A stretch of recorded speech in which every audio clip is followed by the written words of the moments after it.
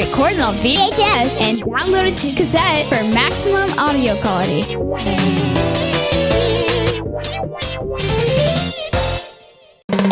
Outer Banks Hammocks for the ultimate lay. obxhammocks.com on the web. Savage Surfboards since 1982. Know your shaper. All right, everybody, welcome back to Surf Shorts. Hope you're doing great today. I have with me Mike. What's up, dude? What's up, dude? Hey, man, how you doing? I'm doing all right. You know, you've been on the show before. Yes. And, dude, oh my God, we talked about Maui, talked about toe ends. Yep. You lived in Hawaii for a long time. How many years were you out there? Just under 14, like 13 and 3/4 or something. Yeah, dude, that's a long time. Your son was born out there. Yep. You said you lived out on Maui. Tell me about your retail store. You ran a retail store? My first job really was working. I had a retail store selling hammocks from Mexico and Central America. Hey, listen to this. obxhammocks.com. Outer Banks Hammocks for the ultimate lay. That's one of our sponsors. They could open a store out there for no jokes, yeah. The ones I had were kind of the high-end South American style that you kind of lay in differently that are like beds.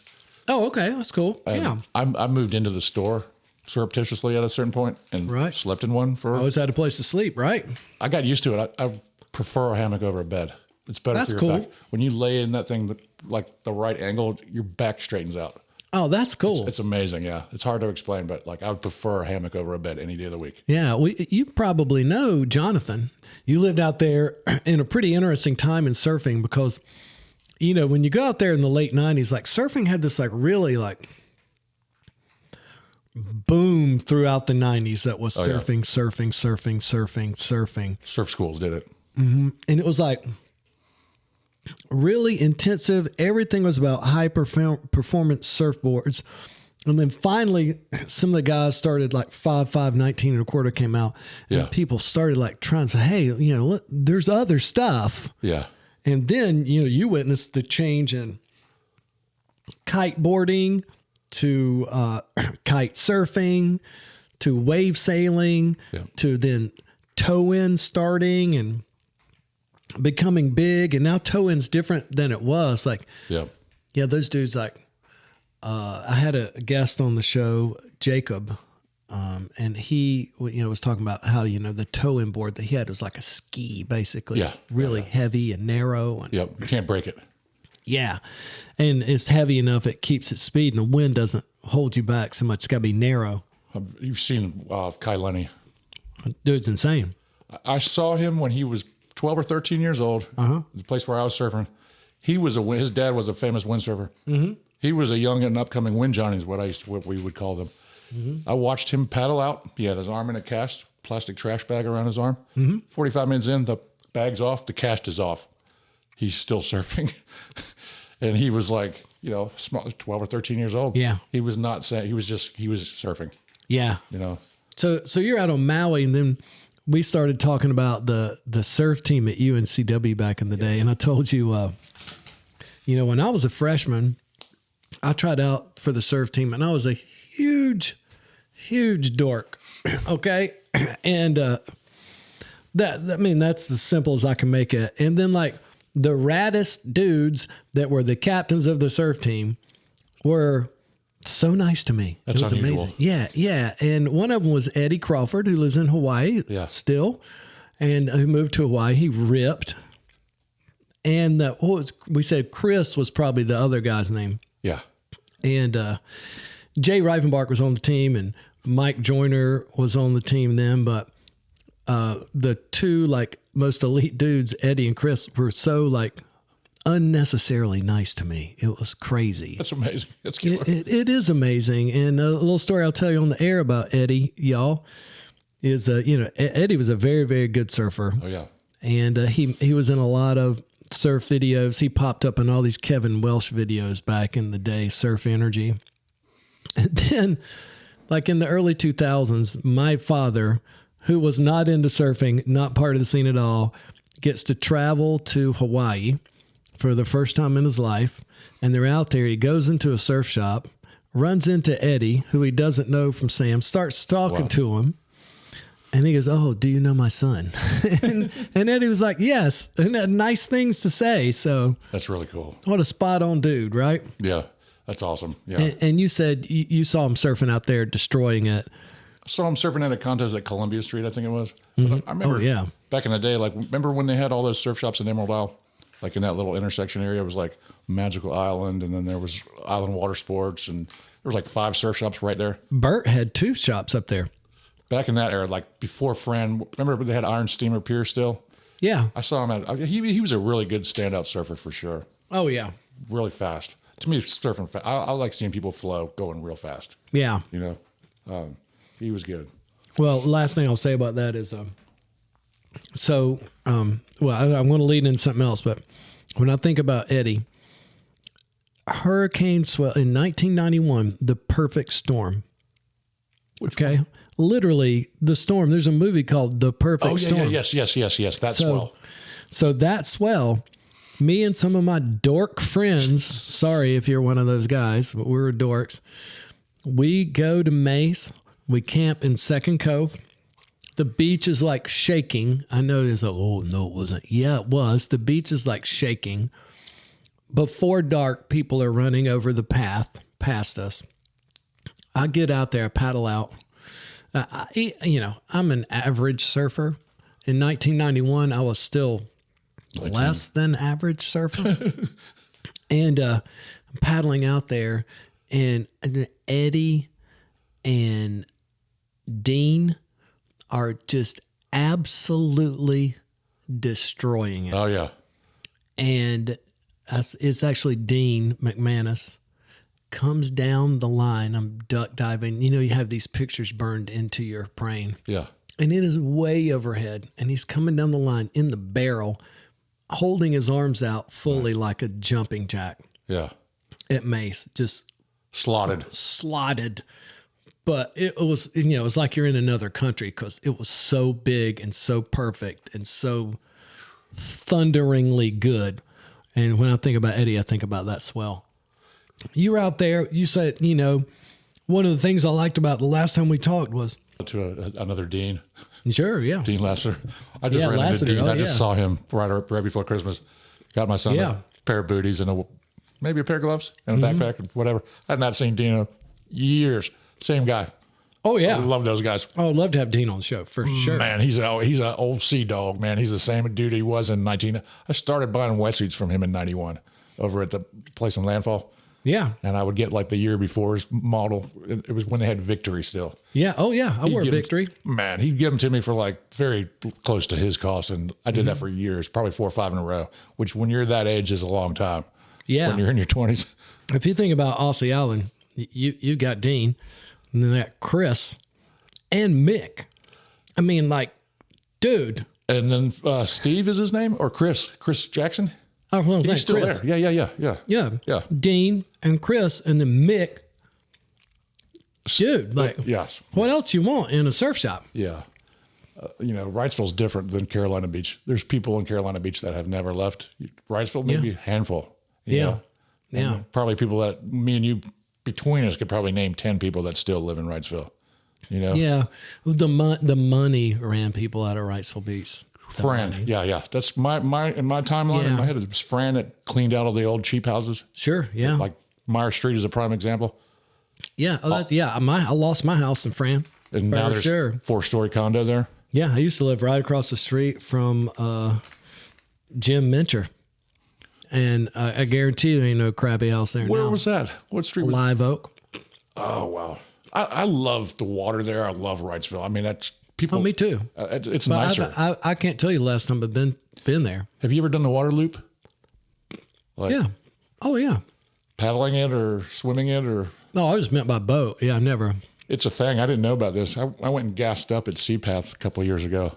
There's pockets of paddlers, swimmers, knee boarders, the whole nine. Yeah, I could see paddling it for sure. I'm never going to want to run or walk the loop. I'll take the water loop. It's the same. Yeah, it follows the same thing. I didn't know that existed until Well, because when we were there, and it was the 90s and everything was awesome. We were outlaws. There wasn't any paddleboarding. We were outlaws.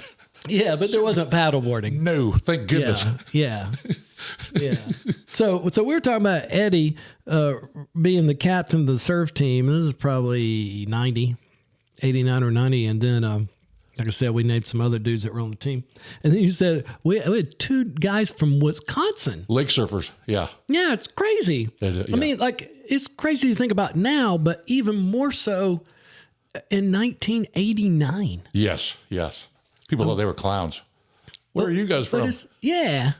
So, I mean, like, I had Jim Skiba on the show from Sweetwater Surf Shop.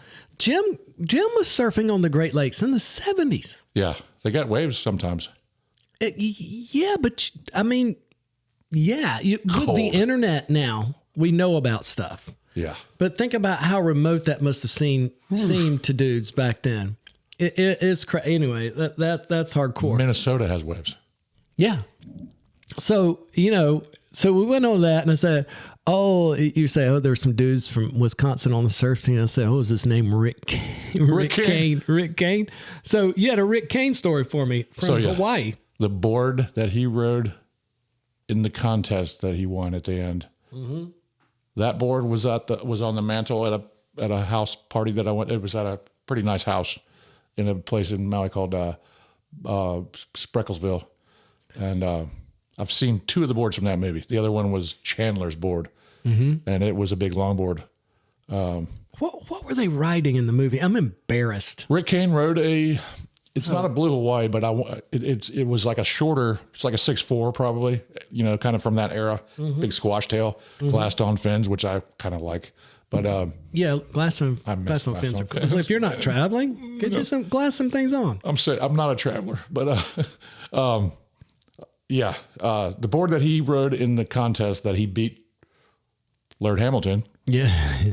I'm going to say it was a 6'4", but I stood there and just in awe. Oh, yeah. I knew what it was as soon as I saw it because I'd watched that movie a million times. This was at like a New Year's Eve party in like 2001, maybe. Yeah. And the guy came up and said something. That's what you think it is. And I was like, what? It was like seeing the Holy Grail or something. Yeah, that would blow my mind. I mean, yeah. That's super cool. I mean, that would be like seeing an original Lopez lightning bolt. Lightning bolts had this huge comeback, and that's cool. And People are ripping it off too. Yeah, well, I'm just saying, like, lightning bolts had this comeback. They're selling them all over the place. They're beautiful surfboards, right? Yeah. And he's got his name on them, I think. Yeah. Well, one of my guests, we were talking about, the boards in the 70s, like. You could ride the barrel. Like Lopez, basically, with all the work he did. Oh, yeah. You could ride the barrel in the 70s. It's probably as well as you can ride the barrel today. Yeah. You just couldn't do the short board stuff in quite the same way. Like that's where the real technology in surfing came about. Yeah, totally. No tail slides back then. Yeah. You're not going to tail slide. What do they call those? Whatever. The McTwist. What do they call those combinations? Or where they're doing airs and landing backwards and all that stuff. Yeah. I don't even know how to describe it. Yeah, that wasn't going to happen. We used to think you couldn't do a 360 back then until I saw buttons. Have you ever seen those videos of buttons like overpowering a single fin and then sliding completely in a circle like that? Blew my mind. I saw him on this horrible show called Dog the Bounty Hunter. Buttons was on there? Yeah.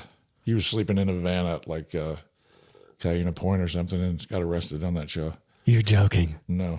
Buttons is like motocross has the Buttons version. We had a guy named Jason Lawrence who was like ultra talented and then just couldn't keep it together and just was arrested and doing all crazy stuff and like just trouble. But he was a talented rider. Oh, it was amazing. He should have been a multi-time champion, but he just obliterated himself. I know a lot of people that fit that description. Do you know who Ricky Carmichael is? Not in that category. No. I mean, he's like world champion or whatever he was. Yeah. He came on. I was a driver on a bike tour that he came out on, and the conditions were so bad that the trip never really took off because it was so nasty out. We were doing a downhill bike ride from top of a volcano down to the beach. No pedaling, and it was so nasty that he didn't do it. And the guy who was the guide that day is an older guy. He was a motorcycle fanatic, like flat track racing type of guy. Yeah. And he was just all over Ricky Carmichael. Ricky Carmichael was a young kid at this. This was in 2002. Yeah. Or 2001 maybe. Yeah, he was prime. He was Monster Sodas or what? He was the face of Monster. He was still on Kawasaki in 2001. Killing He's it. winning 125 World Championships right now. He's an announcer still. He's literally called the GOAT, the greatest of all time. Kelly Slater on a motorcycle. He is Slater's. He is the motocross / supercross Kelly Slater. Either he or another guy named Jeremy McGrath.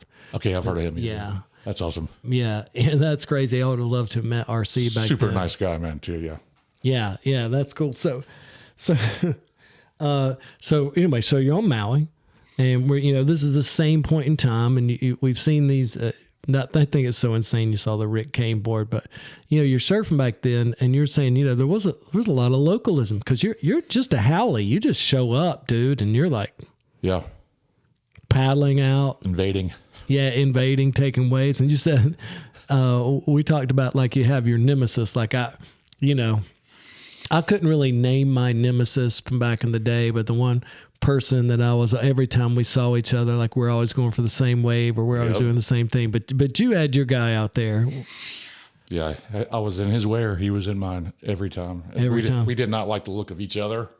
Yeah, but the bummer thing was he was local. He was local, yep, and I wasn't. It took, I used to surf a spot where I was the only non-local person there. I'm going to say it was 4 or 5 years before they forgot I didn't go to high school with them. It takes a while.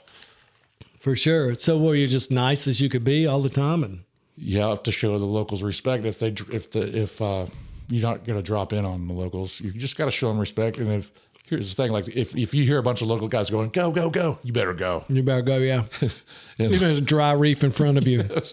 Keep paddling. Yeah. But that'll make you go. Like you might not have gone. You know what I mean? Like, oh yeah. When you hear that, it's like, there you go. As long as you go and you're doing your job, as long as you're in the rotation. Yeah. After a while, it doesn't matter if you're local or not local. If you're surfing and like representing, if you go out there and clown, forget about it. You might as well paddle in. Yeah. We used to yell 6-pack. We would like wait, and then your buddy be paddling for a wave that, maybe it's a hurricane, so wave he totally ain't going to make it. It's going to get destroyed. You yell 6-pack. 6-pack means you go, and I'll buy you a 6-pack. Okay. You don't go, you're buying me a 6-pack. So they be paddling for some ridiculous closeout. 6-pack, no. I'm going to have to borrow that from you. It's a good one. So you and this dude are always at the same place, it seems. What was this break? Place that I'm thinking of where I would encounter him in the wintertime was called Big Lefts or Pakakalo. Mm-hmm. And he was like the ringleader for the local brados that were out in the water. Right. So, we had, and I'm not going to say his name, people, because if you're a Wrightsville Beach dude, we all had like, I'm 52. We all had a guy who was a little bit older than us. And he was the enforcer, like the new kids from UNCW come to Maze. Oh, yeah. Somebody be dropping in. This dude would be barking to everybody and pushing them away. I know who you're talking about. Yeah, see, there you go. I love that guy. Yeah, me too. I love him too. More of him. Yeah, 15 of him. Fix Wrightsville. Yeah, he actually married a girl I was good friends with. Awesome. And then we worked together at a bar for a long time. I believe you. I love that guy. I wish we had 20 of him. Yeah, so he was like, so this guy was like their version of him. Yeah. But you're not local, so you're always on the outside. Yep. And you're telling me every time you're out there, if he's there, the environment was different. Yep. And then he'd paddle in, and then everybody got nicer, and then you start trading waves again. He was like the catalyst for heavy localism. And then I had my local Howley friends. Mm-hmm. Same thing with them.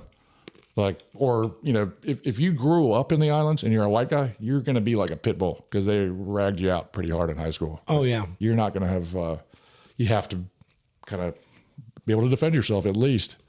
And, but yeah, some of those guys could be even worse as far as like heckling. Like, that's one of the things about Wrightsville that to me is the problem. There's no organized hooligans. Nobody's calling people out.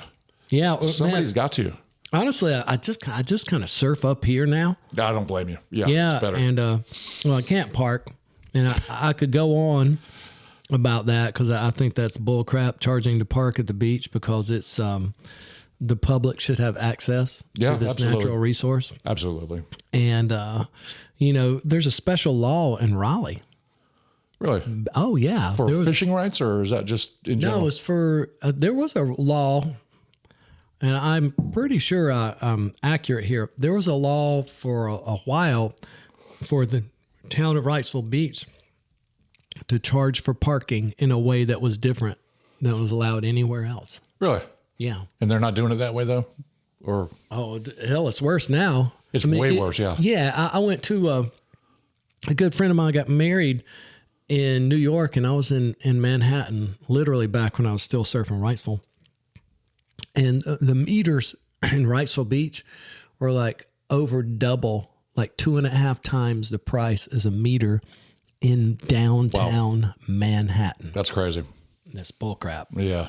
That's bullcrap. So anyway, so you were telling me you duck dove this dude like so many times. Oh, yeah. He's probably making a beeline right for your head. Yeah. And then the tables are turned one day. Yep. And he's paddling out. And this is at a place called, it's called Oluwalu. And it was a big South summertime spot. Right. I love South Swells in the summertime. East Coast guy. Yeah, for sure. Yeah, that's what we do. But yeah, I was just dropping in the wave, and he's paddling out on the end of that wave. And I basically went around him, but like he wanted to go at that point. Like he was just all showing me his war face and stuff. It's like, man, what do you want me to do? Kick my board out and get pounded and bounce off the reef right here?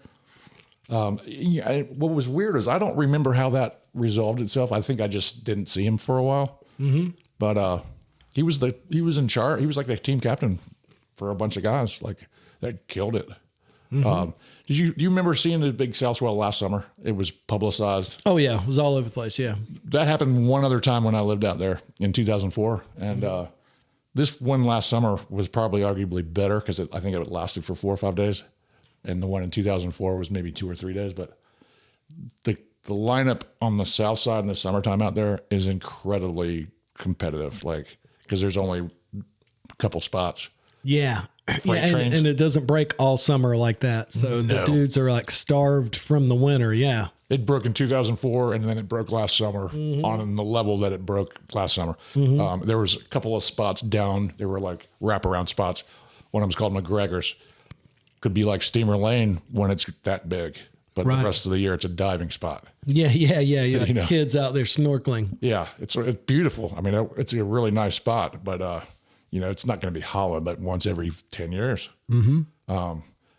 Freight trains. I never surfed freight trains. I surfed the back door left on the other end of it. Like freight trains is going as a big right. I surfed the left that comes out on the harbor mouth. And it's an instant barrel when you drop in and then you kick out. Oh, that's cool. Yeah. It's either an instant barrel or you're going over the falls. Well, and then you come up against a big old seawall, which you're taking off looking at it. It's like, remember Masonboro back in the day? Yeah. Oh, yeah. Where those pieces of rebar were sticking up, like curb and sidewalk. And it was like before they put those new fancy rocks in like 2001 or 2002. They put the rocks in that are there now when I was in Hawaii. Okay. But back like in the 90s, it was where they got rid of the municipal cement waste, like pieces of sidewalk the municipalities were getting rid of. They dump them and made a beach out of it. And I just remember that one left spot where you took off. You're looking right at a bunch of broken, nasty, scary stuff. And then if you bailed, you're getting right up next to it. Yeah. Just like that at Mount Alaya. It was the same thing. But I never really touched the rocks. I'd come right up next to them, and it looked like I might die. Right. But, when that water filled up, it was like you were safe. I always felt safe there. Yeah. But I swear to God, you drop in, do a bottom turn, and here comes the thing. And then you shoot out of it. That's cool. It was amazing. Yeah. You know what I enjoy when I watch the South swells hitting Hawaii? Yeah. And this big swell we're talking about from last summer? Yeah. Ala Moana. Oh, my goodness, yeah. I love watching that thing absolutely close out the inlet. Yeah. And then... It's an amazing wave. Yeah. And then you get these crazy videos of these dudes surfing. And then here comes like Captain Dan. Fuck it. He's like, sorry. In a sailboat? I'm sailing in the inlet. I mean, a sailboat is the boat to do it in. A sailboat can take it. They go upside down too. I'm not sailing that thing. No, sir. No. That is the raddest thing ever. It's like these guys like Balls to getting the wall. barreled and all this stuff, and it's the inlet, and and then in the background, like, is that a mast? Yes. And it's some dude like, I'm coming in, see what happens. So it's a very extreme. When there's a big south, it's an extreme wave. It's really cool. The beach in the parking lot there at night, it's a homeless campment. It's a homeless encampment. Really? Yeah, oh my goodness. Ala Moana. Yeah. Ala Moana is at the kind of the western end of like Hotel Street, where I don't know where Waikiki is. Okay. So if you're looking at the south shore of Oahu, Honolulu, and then Ala Moana's to the left. It's a little bit west of that, and it's it's a great surf spot. But if you're out there at night after about 9:30 or 10, better have like some local friends. Yeah, be ready. And just don't be there. People are camped out there year round. Yeah. Here, we'll end the show on this. Okay. What a better place to be homeless than Hawaii. Yes and no. Yes. I mean, yes and no. Well, yes, the weather's beautiful, but no, it's crowded, and you don't really have these natural resources like you think you might need if you were homeless. Yeah, absolutely. Well, part of it is the weather in the wintertime. It used to rain a lot more than it does. Or the first few years I lived out there, it rained for the whole winter. Oh man, that would not be good. No. And being homeless in the rain I can't imagine a whole lot of fun. The coldest day of the year in Maui was 58 at the beach. Yeah. You could go up to the mountain and there'd be snow on top of it. Yeah. But I wouldn't want to be homeless anywhere. But Anywhere. No. I'm just saying, if you had to choose, like off the top of your head, like, well, Hawaii would be the spot. But when you think of it, not really. you can be preyed upon. Yeah. And then where are you going to go? Like if the state or the town comes in and they move you out, where are you going? Yeah. You're not traveling a long way. You're on a tiny little dot in the Pacific Ocean. People get sent out there from the mainland. Homeless people, like the pastor will send them out there from, say, Milwaukee or something, Chicago, some big population center. They'll get tossed out because when you arrive in Hawaii, you get food stamps and health insurance pretty fast. Huh. So there's a magnet draw for homeless people out there. Wow. And a lot of those people are probably going to be doing alcohol or drugs or both. Yeah. Mental health issues. They had problems before they got there. Absolutely. For sure. Yeah. And most homelessness, that's the thing that bothers me. Homelessness isn't laziness. It's almost entirely mental illness. Absolutely. Yeah. With all the things that we lay at your feet in today's society, you can go to a shelter. There's some government person that will try to help you get a job. Yeah. We try to do a lot of things for you. Yeah. But we can't cure mental illness like that. Yeah. Absolutely. Yeah. Well, my other thing, and this is what I'll end on, is I went to Bermuda one time, and they flew us out there, me and some friends, and we were going to sail a boat back from Bermuda to Wrightsville. Yeah, to Wrightsville, and I was with Bernard from King Neptune. Okay. So, and some other dudes that I surfed with. One of them was a really good bodyboarder that you would know. I'll tell you his name off the air. So they fly us out there. We go out there. Well, the first thing we get off the plane, they're like looking for paperwork. Like, where are you going to stay? Where's your hotel receipt? Okay. They don't let you off the plane. They want you to have a plan. Yeah, they didn't want you to be homeless. Okay. Well, because it's such a beautiful, perfect place to do it. Yeah. So we're like, oh my God. So we literally had to like forge some papers, like the captain of the boat had written them. Wow. And like the name of the boat and where it was going to be. And that's what we turned in. Like, well, they just about packed us up and sent us home. That's very British. Yeah. And the whole rest of the trip was very British. But yeah. So Hawaii's kind of the same deal. Like Yeah. Bermuda's like, and the funny thing is, if you don't have the reservations, there's a special phone over on the side. Uh-huh. And like, they're like, you can call any hotel from this phone. Now, what do you think? Wow. You call a hotel from that phone. They're not going to take you. Oh, no. the rate is going to be the maximum rate possible. Like, oh, I have reservations. Oh, $700 a night. We've got a motel here. Oh my goodness. Yeah. That's crazy. Yeah. That's. Yeah, just so like they have that same dynamic there in Hawaii too. Yeah. Yeah, for sure. Well, hey, brother, man, thank you for being on the show. Thank you for having me, sir. Super appreciate it. Always a pleasure. Thank you. All right. Outer Banks Hammocks for the ultimate lay. obxhammocks.com on the web.